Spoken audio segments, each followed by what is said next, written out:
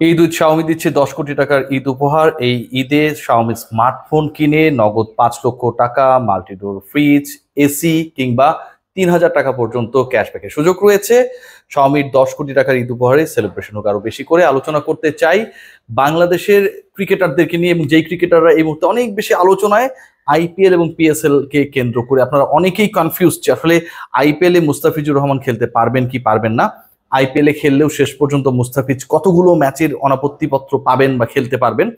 একই সাথে একটা গুরুত্বপূর্ণ প্রশ্ন যে মুস্তাফিজকে যদি আইপিএল এর জন্য অ্যালাউ করা হয়, সেই ক্ষেত্রে মুস্তাফিজ বাংলাদেশের দলের যে ইন্টারন্যাশনাল শিডিউল রয়েছে, আপনারা সবাই জানেন যে ইউএইর বিপক্ষে বাংলাদেশের 2টা ম্যাচ রয়েছে, টি20, এর পরে পাকিস্তানের বিপক্ষে বাংলাদেশের 5 ম্যাচে টি20 সিরিজ রয়েছে, সেখানটায় আসলে ফিজকে পাওয়া যাবে কি যাবে না। আলোচনার শুরুতেই আগেই বলে রাখি, আপনাদেরকে একটা সুখবর দিতে চাই। সেটা হচ্ছে মুস্তাফিজুর রহমান আইপিএলে যাচ্ছেন এবং তিনি দিল্লি ক্যাপিটালসের, আপনারা জানেন যে বাংলাদেশের ক্রিকেটারদের মধ্যে সবচেয়ে বেশি পারিশ্রমিকে আইপিএল এ দল পাওয়া ক্রিকেটার হচ্ছেন মুস্তাফিজুর রহমান। দিল্লি ক্যাপিটালস তাকে পিক করেছে ফর দ্য 3rd সিজন। এর আগে তিনি 2021 এবং 22 সালে খেলেছিলেন।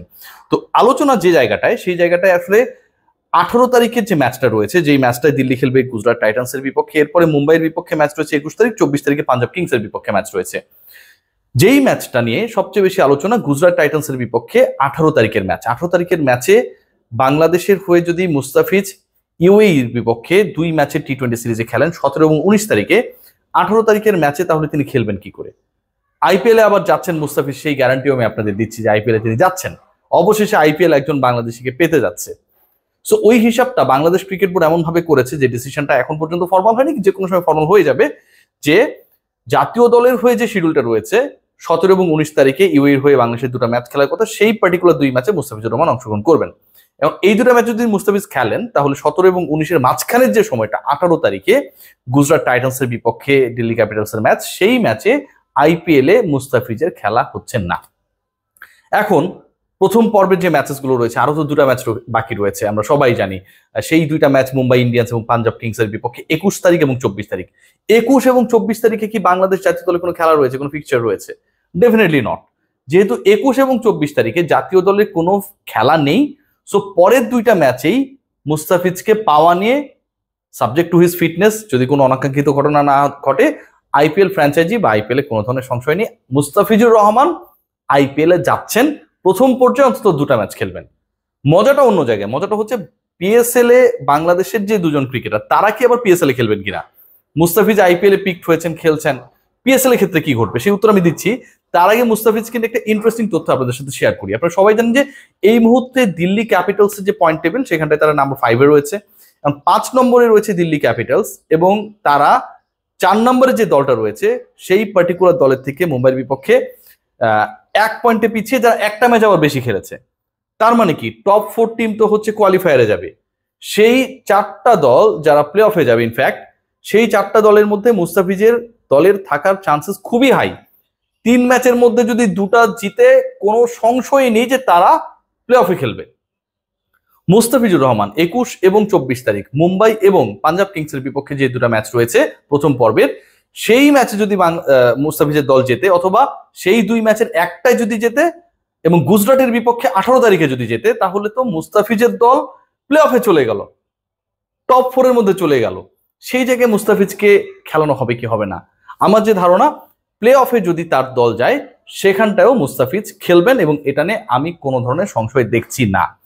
যেহেতু তার দল নাম্বার 5th পজিশনে রয়েছে এবং 5ম অবস্থান থেকে 3 ম্যাচ হাতে রয়েছে, 2টা জিতলেই তারা চলে যাবে, প্লে অফে যাওয়ার সম্ভাবনা রয়েছে। মুস্তাফিজের আলটিমেটলি যদি খুব লাকি হয় তার দল এবং ফাইনাল পর্যন্ত যায়, টোটাল ম্যাচ খেলার সম্ভাবনা রয়েছে 5টা। 2টা ম্যাচের কথা তো আপনারা জানেন, 21 এবং 24 তারিখ, এগুলো খেলা নিয়ে কোনো সমস্যা নেই।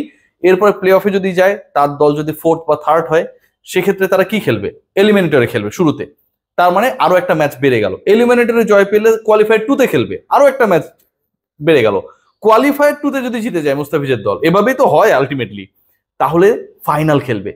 তার মানে টপ 4-এ চলে যেতে পারলে তার দল Delhi Capitals, they will play at least 3 more matches. There is a big possibility. সেই পার্টিকুলার 3টা ম্যাচও মুস্তাফিজ যদি খেলেন আগের 2টার সাথে, মুস্তাফিজকে আমরা আইপিএল এ 5 ম্যাচে সর্বোচ্চ দেখার একটা সুযোগ পেতে পারি। যদি সেটা না হয়, তাহলে হয়তো 4টা 3টা খুব ব্যাড লাক হলে দুটো ম্যাচ তিনি খেলছেন। এখন what about the other cricketers, যেই আলোচনাটা আসলে একটু আগে একটু থেমে গিয়ে আমি বলেছি যে একটু পরে করছি, রিশাদ এবং নাহিদ রানা, আর they going to play for PSL or not? আমি যতটুকু এখন পর্যন্ত ফ্রম বাংলাদেশ ক্রিকেট বোর্ড জানতে পেরেছি যে রিশাদ এবং নাহিদ রানার ব্যাপারে, তাদেরকে পিএসএল এ খেলতে অ্যালাউ করার ব্যাপারে বাংলাদেশ ক্রিকেট বোর্ড এখন আর খুব বেশি ইন্টারেস্টেড না। প্রথম কারণ যেটা, সেটা হচ্ছে মুস্তাফিজকেও ছাড়া হলো, এরপরে নাহিদ রানাও যদি না থাকে, তারপরে রিশাদও যদি না থাকে, যদিও আলটিমেটলি পিএসএল এর পরেই পাকিস্তানের বিপক্ষে বাংলাদেশের ক্রিকেটাররা খেলতে নামবে, এবং পাকিস্তান জাতীয় দলের অনেক ক্রিকেটার পিএসএল শেষ করেই বাংলাদেশের বিপক্ষে নামবে। সো এটা পাকিস্তান ট্যুরের সাথে ক্লাসই না, কিন্তু জাতীয় দলের সাথে এই ক্রিকেটারদেরকে টিম ম্যানেজমেন্ট চায়। তাহলে মুস্তাফিজকে সুযোগ দেওয়া হলো, বাকিদের কেন দেওয়া হবে না? এটাও কিন্তু একটা বড় প্রশ্ন। সেই প্রশ্নের উত্তর রয়েছে। সেই প্রশ্নের উত্তরটা হচ্ছে, যখন মুস্তাফিজ আইপিএল এ পিকড হয় নাই, বাংলাদেশ ক্রিকেট বোর্ড যেভাবে চিন্তা করছে আমার লজিক্যাল মনে হয়েছে, যখন পর্যন্ত মুস্তাফিজ আইপিএল এ পিকড হয়নি, the same time Rishad, Nahid Rana তারা পিএসএল এ পিকড হয়েছিল, তারা তো পিএসএল এর ম্যাচেস খেলার সুযোগ পেয়েছিল। BCB allowed them to play for PSL. তার মানে কি, তারা হচ্ছে পিএসএল খেলেছে, একটা পর্যায়ে এসে হয়তো তাদেরকে অফ করে দেওয়ার পরিকল্পনা করা হচ্ছে। কিন্তু মুস্তাফিজ তো যখন তারা পিএসএল খেলেছে অ্যাট এ টাইম আইপিএল এ পিকড হয়নি, খেলাও নাই। সো মুস্তাফিজকে একটা সুযোগ দেয়া অবশ্যই fair. So from that particular connection, Mustafiz is getting advantage as he was not the part of IPL earlier. So সবকিছু মিলিয়ে যে সিচুয়েশনটা দাঁড়িয়েছে, আমার কাছে মনে হয় it's going to be a very exciting IPL. But PSL নিয়েও এক্সাইটমেন্টটা থাকবে। বাংলাদেশের এমন একজন ক্রিকেটার যিনি পিএসএল এ এবার অংশ হতে যাচ্ছেন লাহোর কালান্দার্সের হয়ে, এবং তিনি যেভাবে খেলবেন, যে প্রক্রিয়ায় তিনি নিজেকে আসলে এভেলেবেল করলেন, একটা সময় যার ক্যারিয়ারটা কি শেষ মনে করা হচ্ছিল, সেই সাকিব আল হাসান, তিনি যখন খেলবেন একটা পার্টিকুলার টুর্নামেন্টে, সেই টুর্নামেন্টের নাম যাই হোক না কেন, আমার কাছে মনে হয় যে সেটা নিয়ে আকর্ষণের কোনো ঘাটতি থাকবে না বাংলাদেশের ক্রিকেট ফ্যানদের। তার মানে দাঁড়াচ্ছে যা, পিএসএল এ নাহিদ রানা, রিশাদরা যদি ফাইনালি নাও খেলেন, বাংলাদেশ ক্রিকেট বোর্ড যদি আরব আমিরাত সিরিজের পরে তাদেরকে অ্যালাউ নাও করে, সাকিব আল হাসানের এভেলেবিলিটি আমার কাছে মনে হয় সকল গ্যাপ, সকল দুঃখ, কষ্ট, বেদনা সবকিছু কমিয়ে দিবে। একদিকে Shakib Al Hasan, he will be the part of PSL, অপরদিকে Mustafizur Rahman, he will be the part of IPL.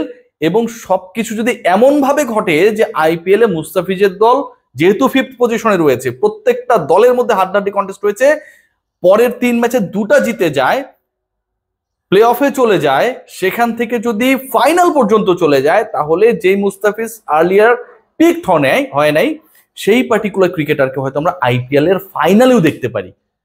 Seriously অনেক কিছুই ঘটার অপেক্ষা। আমি অনেক কিছু আলোচনা করি, আপনারা সমালোচনা করেন, স্বপ্ন দেখতে বাধা নেই। আলটিমেটলি মুস্তাফিজকে 2 কোটির ভিত্তিমূল্যে মুস্তাফিজকে কিন্তু দিল্লি ক্যাপিটালস 6 কোটিতে কিনেছে। নিশ্চয়ই কিছু একটা তার মধ্যে রয়েছে, and that's why he has been sold out. সবাই ভালো থাকবেন, টেক গ্রেট কেয়ার।